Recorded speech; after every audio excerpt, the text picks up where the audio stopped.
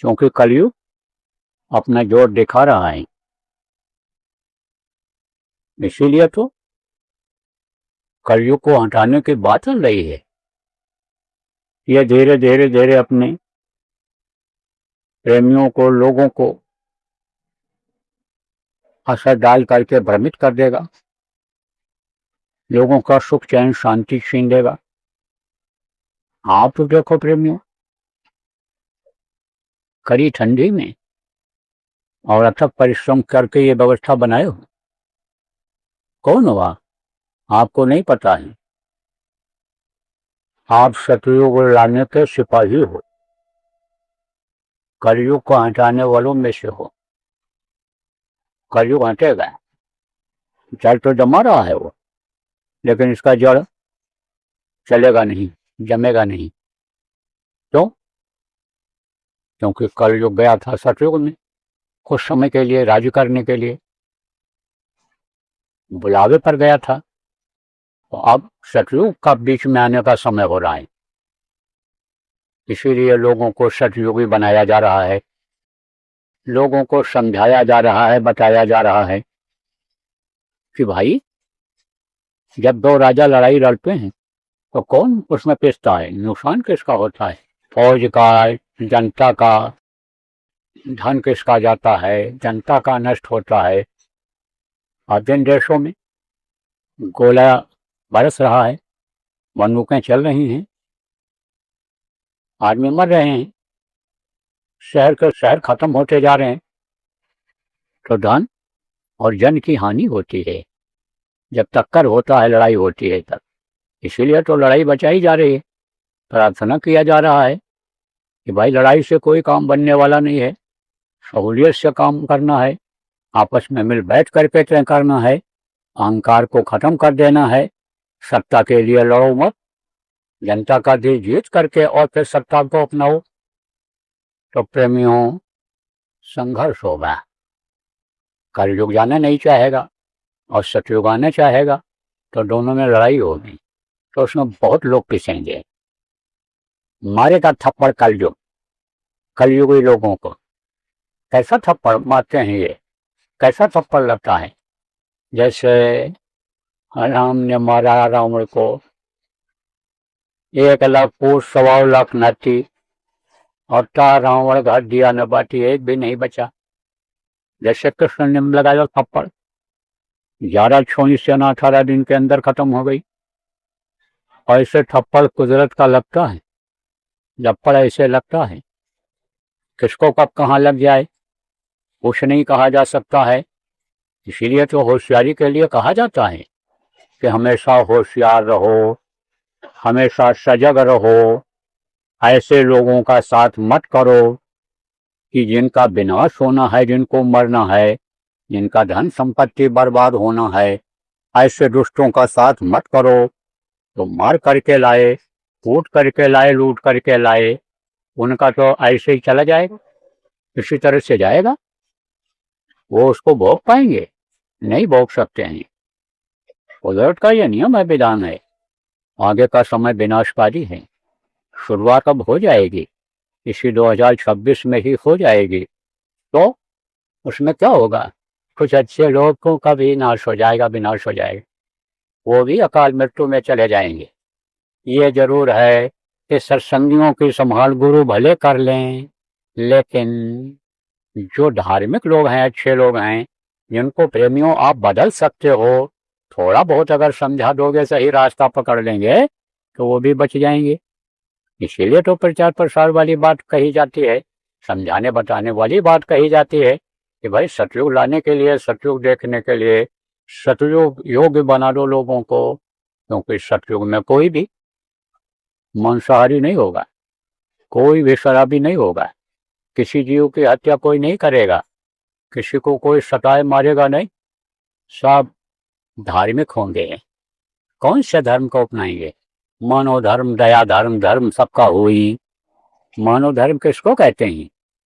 इंसान इंसान से मोहब्बत करे, इंसान इंसान से प्यार करे। क्योंकि रूह जो है, जीवात्मा जो है, सबके अंदर उसी मालिक की ही है, उसी की जीवात्मा है, जो इसी को ईश्वर अंश जीव अविनाशी जिसको कहा गया, वो सबके अंदर में है। तो अगर उसको मानते हो, किसको मानते हो? भगवान को मानते हो, खुदा को मानते हो, गॉड को मानते हो, तो उसकी अंश जीवात्मा जिसमें है, उससे क्यों घृणा करते हो? उससे प्रेम करो, न भी प्रेम करो तो उसको नुकसान मत पहुंचाओ। अगर नहीं आप दे सकते हो किसी को, तो जो उसके पास है उसको मत छीनो। नहीं अगर आप खिला सकते हो तो खाता है तो वो खाने दो, कमाता है तो कमाने दो। आप अगर नहीं प्रभावित कर पाते हो उसको, असला धर्म मानव धर्म नहीं सिखा पाते हो, सत्य अहिंसा परोपकार सेवा रूपी धर्म को नहीं समझा पाते हो, नहीं अपनाने के लिए आप समझा पाते हो, तो जिस धर्म का पालन करता है उसी को करने दो। अरे कुछ तो करता है, जो मजहबी होगा हर मजहब की कद्र करेगा, और जो अहंकार में होगा, धन के अहंकार में, बल के अहंकार में, जाति के अहंकार में, समाज के अहंकार में, वो विरोध करेगा। लेकिन अहंकार किसी का चला है? आज तक किसी का अहंकार नहीं चला। रावण देखो कितनी अहंकारी बात करता था, कंस देखो कितनी अहंकारी बात करता था। उठा करके इतिहास देख लो, अहंकार में ही डूबा रहता था। लेकिन अहंकार जब किसी का नहीं चला, तो अब उस समय जब नहीं चला तो अब भी नहीं चलेगा। तो प्रेमियों, मोटी मोटी बातें मैं आज आपको बताऊंगा, जिसमें आपको होशियारी बरतनी है। देखो, जनवरी महीने में ही दुर्घटनाएं बहुत होंगी। दुर्घटना किसको कहते हैं? ऐसे रोड पर जा रहे अच्छे खासे, और कोई गाड़ी आई टक्कर मारकर चली गई, बस जान निकल गई। क्यों? क्योंकि इस समय लोग नशे में चलते हैं। कौन से नशे में चलते हैं? शराब के नशे में, गांजा अफीम के नशे में, नशीली गोलियों के नशे में। एक नशा तो ये है। दूसरा नशा धन का है, पैसे का है। कई ऐसी दुर्घटनाएं हुई कि जिन्होंने पैसे के बल पर रिपोर्ट ही बदल दिया। पैसे के दबाव में यानी समझो आगे बढ़ने ही नहीं दे रहे थे केस को। लेकिन जिसको तकलीफ हुई, दर्द हुआ, जब उसने देखा कि आदमी नहीं सुनवाई कर रहा है, कोई हमारी सुनवाई नहीं है, तब उसने उस मालिक के पास अर्जी लगाई। और जब उसके पास अर्जी गई तो किसी न किसी के अंदर ऐसी प्रेरणा आ गई है कि उसने फिर मुकदमे को चालू कर दिया और सजा मिली। ऐसे कई केस मैं आपको बता सकता हूँ। तो कुछ लोग धन के चक्कर में, पद के चक्कर में, कि हमारा कोई क्या कर पाएगा, हम तो ऊंची कुर्सी पर हैं, लेकिन ऐसे लोगों को भी सजा मिल गई। क्योंकि अत्याचार का अंत होता है, अंत होता है। एक को सताओ, दो को सताओ, तीन को सताओ, कोई न सुनवाई करे, कहीं न सुनवाई हो, आपके दबाव में, प्रभाव में यानी न सुनवाई हो, धन बल के यानी प्रभाव में न सुनवाई हो। लेकिन वो मालिक अंधा थोड़ो है, वो बहरा थोड़ो है, वो सुनता है। आपको नहीं पता है कि आप जो कर रहे हो वो देख रहा है कि नहीं देख रहा है? सब देख रहा है। राम झरोके बैठकर सबका मुजरा ले, जाति जैसी चाकरी वखो वैसा दे। जब बच्चा पैदा होता है उसी समय समझ लो आप कि दो दूत बैठा दिए जाते हैं दोनों कंधों पर। एक अच्छा लिखता जाता है, दूसरा बुरा लिखता है। जब समय पूरा होता है तो ये अपना फाइल कागज अपना यानी पेश कर देते हैं। या ये समझो कि जैसे पहले टेलीग्राफ होता था, यहाँ दबाते थे वहाँ छप जाता था। जैसे कंप्यूटर होता है, बटन दबाते हो और उसमें लिख जाता, पढ़ जाता, वो चीज़ आ जाती है, ऐसे होता। तो ये कंप्यूटर फेल हो जाता, ये टेलीग्राफ मशीन खराब हो जाती थी, टेलीग्राम मशीन खराब हो जाती थी। लेकिन वो कभी खराब होने वाली चीज़ नहीं है। वो तो ऐसा बही खाता है कि उसमें जैसे सोने के पन्ने होते हैं, ऐसे पन्ने हैं जो न सड़ते हैं, न गलते हैं, न घुलते हैं पानी में, जलते नहीं हैं, वो ऐसे है लिखावट। अरे देखकर मोहित हो जाओगे, पढ़ नहीं पाओगे आप, क्योंकि वो भाषा यहाँ है ही नहीं, वहाँ तो दूसरी भाषा है। और जैसे यहाँ कागज है, ऐसे कागज पर वो भी लिखा जाता है, लेकिन वो दूसरा कागज है। तो प्रेमियों, आप ये समझो बात को कि सारा का सारा और मरते समय वो सामने सब आ जाता है, उसी समय दिखा दिया जाता है। तब आदमी रोता है, चिल्लाता है, अपने ही पापों को देखता है, कहता है कि मेरे से बहुत बड़ी भूल हो गई, बहुत बड़ी गलती हो गई, माफ़ी कर दिया जाए, माफ़ी कर दिया जाए। तो माफ़ी की जगह पर मार पड़ती है। वही यमराज के दूत थप्पड़ लगाते कि जब तुम्हारी माफ़ी का वक्त था, किसी महात्मा ने समझाया था, वक्त के गुरु ने समझाया था, तब तो तुम बात को माने नहीं। तुम धन के घमंड में थे, बल के घमंड में थे, मान प्रतिष्ठा के घमंड में थे। तब तो माफ़ी नहीं मिलेगी। जस करनी तस भोगवता था, नरक जात फिर क्यों पछताता। अब तो तुमको नरकों में जाना पड़ेगा। बड़ी मार पड़ती है, काटे जाते, सड़ाए जाते, गलाए जाते, तपाए जाते हैं। आपको क्या पता है? मौत का पैगाम जैसे ही आता है, वो जैसे समय पूरा होगा, हाँ करके यमराज के दूत खड़े हो जाते, खाली करो, खाली करो, जल्दी करो, जल्दी करो। क्या होता है उस समय? हड्डी हड्डी चटकती है उस समय पर, आंख की रोशनी खत्म हो जाती, कान बहरे हो जाते हैं। इतनी तकलीफ होती मरते समय कि सहजो मौत के समय पीड़ा उठे अपार। बिच्छू 60,000 जो डंक मारे एक सार। जैसे 60,000 बिच्छू डंक मारती हैं एक साथ, ऐसा दर्द होता है। अब आपको समझा दे, जो पढ़े लिखे लोग, वैज्ञानिक लोग, देखो जीवात्मा कहाँ बैठी है? परमात्मा के अंश जो शरीर को चलाती है, यहाँ पर, यहीं से दिखती है, बैठी है यहाँ पर। अति छोटी है, इन आंखों से नहीं देखी जा सकती है। यही आत्मा जो हमारे अंदर, आपके अंदर, ऊंट, बकरी, घोड़ा, हाथी, चींटी, चींटी से भी छोटे कीड़े, जो मशीनों से भी नहीं, माइक्रोस्कोप से भी नहीं देखे जा सकते हैं, उनमें भी यही जीवात्मा है। लेकिन देखने में छोटा लगे, घाव करे गंभीर, देखने में तो छोटी है, लेकिन ताकत इसमें बहुत है। जैसे हीरा का एक छोटा टुकड़ा हो, कहीं भी पड़ा रहे तो चमकता रहेगा, कीमती रहेगा। ऐसे ये शरीर में जीवात्मा है। तो उसका जो प्रकाश है, रोशनी है, रेंज है, वो कहाँ तक फैला है? यहाँ अंगूठे तक। और उसी के ताकत से ये शरीर चलता है। इसमें कमल है। कमल किसको कहते हैं? कमल का फूल जैसे होता, ऐसे 6 दल, 4 दल, 8 दल, 16 दल, यह सब आपको बताया गया है। पहले जो नए लोग आए हो, पढ़े लिखे हो, यूट्यूब पर पढ़े हैं सत्संग कि शरीर की कैसे रचना हुई है, कैसे यह काम करता है, किसका क्या काम है, अंगों का कैसे अंग बनते हैं, सब बताया गया, देख लेना। तो अब आप ये समझो प्रेमियों कि ये जो ताकत है उसकी जीवात्मा की, वो खींचती है। क्यों? क्योंकि वो अपनी जगह पर जहाँ बैठी है जीवात्मा, वहां से ऊपर की तरफ सरकती है धीरे से। क्यों? इसलिए कि समय पूरा हो रहा है, मालूम हो जाता है। जैसे कहते हैं मरने वाले को मालूम हो जाता है अब हम बचेंगे नहीं, कितना भी दवा करा लो, कुछ भी कर लो, कोशिश कर लो, बचेंगे नहीं। तो ये ऊपर सरकती है, और जब सरकती है तो नीचे से इसकी जो ताकत है वो भी सरकती है। तो जब ऊपर सरकती है तब यह क्या होता है कि नीचे के स्थान यह शून्य पड़ने लगते हैं। तो शून्य कब पड़ते हैं?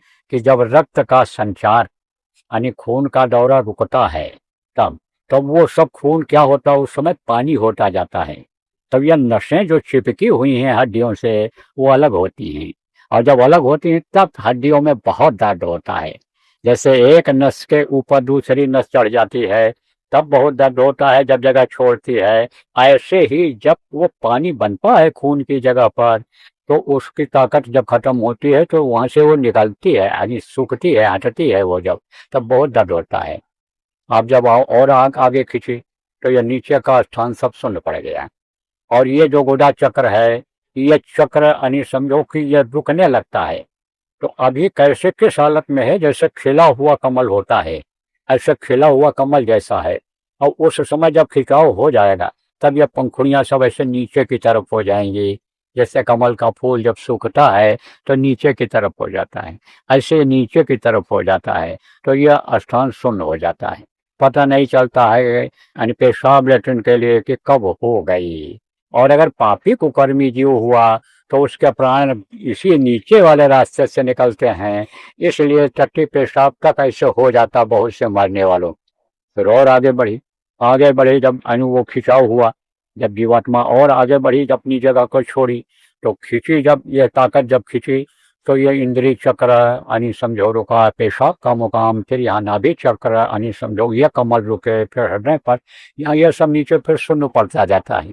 और फिर उसके बाद में आप ये समझो कि यानी पहले प्राण खींचे थे ऊपर की तरफ बैठे, वो इसका जो है वो काम करना अपना बंद किया था, फिर ये नशें बंद कर दी और फिर और आगे तो यहाँ गले पर पहुंचे। यहाँ जब गले पर ताकत पहुंची तो फिर समझो कि नीचे का शून्य पड़ गया, फिर और जब आगे बढ़ी तो सुनना बंद हो गया, फिर देखना बंद हो गया, फिर मुंह में कोई चीज जाना बंद हो गया, और उसके बाद में जब बिल्कुल निकलने को हुआ तो बस खट से खींचते हैं लोग, सख्त बेबद जिसको कहते हैं, जैसे कोई बेदर्दी से ऐसे किसी को खींचता हो, फेंकता हो, ऐसा सबसे खींचते हैं, बस ये शरीर गिर जाता है, धड़ाम से गिर गया, कहीं भी ऐसी हालत में गिर सकता है। और फिर उसको ले जा करके और कर्मों के अनुसार सजा देते हैं। प्रेमियों, ये किसका होता है? ये ज्यादातर पापी कुकर्मी जीवों का ही होता है। न जानकारी में जो गलती करते हैं उनको भी होता है। इसीलिए सत्संगों में जाया जाता है, सत्संग सुना जाता है, समझा जाता है, और जो सत्संगों में बताया जाए उसको किया जाता है कि जानकारी हो जाए, किया जाए। अब ये उपाय क्या है भाई इससे बचने का? ये तो आपस सबके सामने आनी है, क्योंकि ये मृतलोक है। इस मृतलोक में जो पैदा होता है, मरता है, तो उससे बचत कैसे होगी? बचत होती है जब किसी बचत करने वाले का हाथ पकड़ लेते हैं। जैसे किसी अधिकारी से दोस्ती हो गई आपकी, अब मान लो अधिकारी आपसे खुश हो गया आपके काम से, सेवा से, और कहीं कोई आपको फंसाना चाहता है, कर्मचारी उस विभाग का, पुलिस विभाग ही मान लो, आप फंसाना चाहता है आपको, तो फिर वो फंसा पाएगा आपको? फिर कुछ कर पाएगा? नहीं कर पाएगा। कितना भी दुश्मनी आपसे अदा करना चाहे कोई, लेकिन अधिकारी का डर रहता है कि भाई इनकी वजह से यानी समझो हमारी ना नौकरी चली जाए, हमारी सेवा चली जाए, हमारा काम छीन जाए। ऐसे ही जो संत होते हैं, सदगुरु होते हैं, वक्त के होते हैं, उनका हाथ अगर पकड़ लिया जाए और वो जैसा करते हैं, कहते हैं किया जाए, तब बचत हो जाती है। तो जितने भी नामदानी हो, आपको इस चीज को समझने की जरूरत है कि भाई भक्त प्रेमी बहुत होते हैं, नामदान बहुत लोगों को देते हैं, और रहते हैं इसी मनुष्य शरीर में ही गुरु। लेकिन गुरु का हाथ सब लोग कैसे पकड़ सकते हैं? और इतने लोग अगर गुरु का हाथ पकड़ने लग जाएंगे तो गुरु का हाल क्या होगा? क्यों? क्योंकि मनुष्य शरीर में वो भी रहते हैं, गुरु भी रहते हैं, लेकिन अंदर में गुरु का रूप जिसको दिखाई पड़ जाता है ना, प्रार्थना की जाती है ना, गुरु मोहि अपना रूप दिखाओ। मनुष्य शरीर का रूप ये अलग होता है और अंतर का रूप उनका अलग होता है, वो सूक्ष्म रूप में होते हैं। आप ये समझो कि वो जिस लोक में रहते हैं, जिस लोक में आते हैं, वो रहते हैं, उस लोक के शरीर में हो जाते हैं, रहते दिखाई पड़ते हैं, और जब सबसे निकल जाते हैं, अपने धाम में पहुंच जाते हैं, तो वो निरूप हो जाते हैं, फिर वहां तो कुछ नहीं रहता। तो गुरु, आप ये समझ लो, गुरु का समर्थ गुरु का इसीलिए कहा जाता है हाथ पकड़ लिया जाता है। तो हाथ पकड़ना कैसे होता है? चरण पकड़ना कैसे होता है? बंदगी कैसे की जाती है? प्रार्थना कैसे किया जाता है? यह आपको बहुत से लोगों को नहीं मालूम है, इसलिए मुंह से चिल्लाते रहते हो, रोते रहते हो, रोते रहते हो, और जो कहा जाता है नहीं करते हो। बस रोते ही पैदा हुए, रोते ही जिंदगी बीत रही, और रोते ही रोते चले जाते हैं। तो ऐसा ना हो जाए, इसलिए समझने की जरूरत है। कहा जाता है ध्यान लगाओ, कहा जाता है भजन करो। तब जब भजन करोगे, ध्यान करोगे, जब ध्यान लगाओगे, जब भजन करोगे और गुरु की वाणी सुनोगे, गुरु वाणी जिसको कहा गया उसको सुनोगे, अमृत वाणी जिसको कहा गया उसको सुनोगे, दैवी आवाज फकीरों ने कहा उसको जब सुनोगे, तब आपको विश्वास होगा। तो विश्वास होगा जब आप गुरु के रूप को अंतर में देखोगे, तब तो आपको विश्वास होगा कि गुरु सर्वज्ञ हैं, सर्वव्यापी हैं, सबके लिए हैं, गुरु हमारे लिए सब कुछ कर सकते हैं। तो देखे बिन न हुए प्रतीति, बगैर देखे विश्वास नहीं होता है, बिन प्रतीत हुआ ही नहीं प्रीति। और बगैर यानी समझो कि प्रेम के, आप बिन प्रतीत, बगैर विश्वास के, बगैर देखे विश्वास के बगैर प्रेम नहीं होता है। और प्रेम नहीं होता है तो गुरु से दूर हो जाते हो। अब साथ के बारे में बताया आपको, ऐसे मनमुखी का साथ मिल जाता है आपको, नामदानी है लेकिन गुरुमुखता नहीं है उनमें। कारण क्या है? खान पान सही नहीं है, आचार विचार सही नहीं है, साथ लोगों का सही नहीं है, तो गुरुमुखता नहीं आ रही। भजन नहीं कर रहे, ध्यान नहीं कर रहे, सुमिरन नहीं कर रहे, सेवा नहीं कर पा रहे हैं, तो उनमें मनमुखता आ जाती है। तो मनमुख का साथ कर लिया, मनमुख का साथ कर लिया तो भजन में मन लगने देगा, गुरु की पहचान बनने देगा। इसलिए होशियार रहने की जरूरत है, होशियारी की जरूरत है।